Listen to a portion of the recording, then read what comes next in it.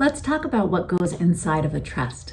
When you create a trust, it's a little bit like you're creating a suitcase to hold your things, and you carry that suitcase along beside you. The trust says what happens to the items inside the suitcase should you become incapacitated or pass away. But when you first create your trust, you have an empty suitcase, and so the trust isn't going to work. It's so important. It's the most important part of having a trust, to put your assets inside of it. But what kind of assets go in there? Let's talk about that. Bank accounts, stocks, brokerage accounts, any kind of accounts where you hold money other than retirement. Real property goes into your trust. So when you own a home or any kind of real property, what you do is you retitle the property from being owned as yourself to being owned as you as trustee of your trust.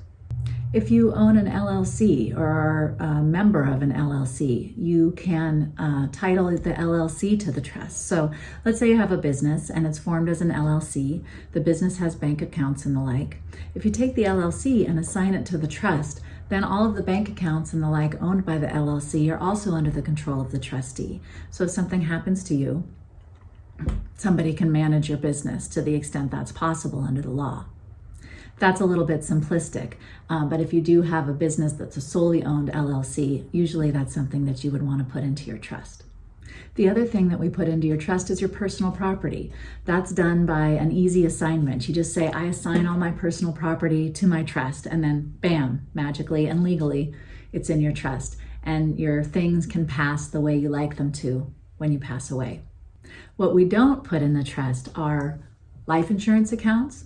In general, we tend to have the life insurance pay into the trust, make the trust the beneficiary of the life insurance policy, so that when you pass away, rather than the money going to somebody directly and outright, it goes into the trust and can be paid to your heirs in the way that you want.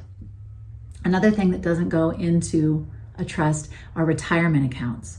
Retirement accounts, we tend to have the beneficiary pay to a spouse if you have one. It's also a nice idea to have it pay to another adult. There can be worse tax consequences if it pays into the trust, but sometimes it makes sense to risk or suffer those tax consequences because the trust gives you more control over the funds. So when we create a trust for our clients here, we're always talking about weighing tax consequences versus control. So things that go in the trust: money, property, real property, and your things that stay outside of the trust tend to be life insurance and retirement accounts. I'd be happy to chat with you about this. Give me a call.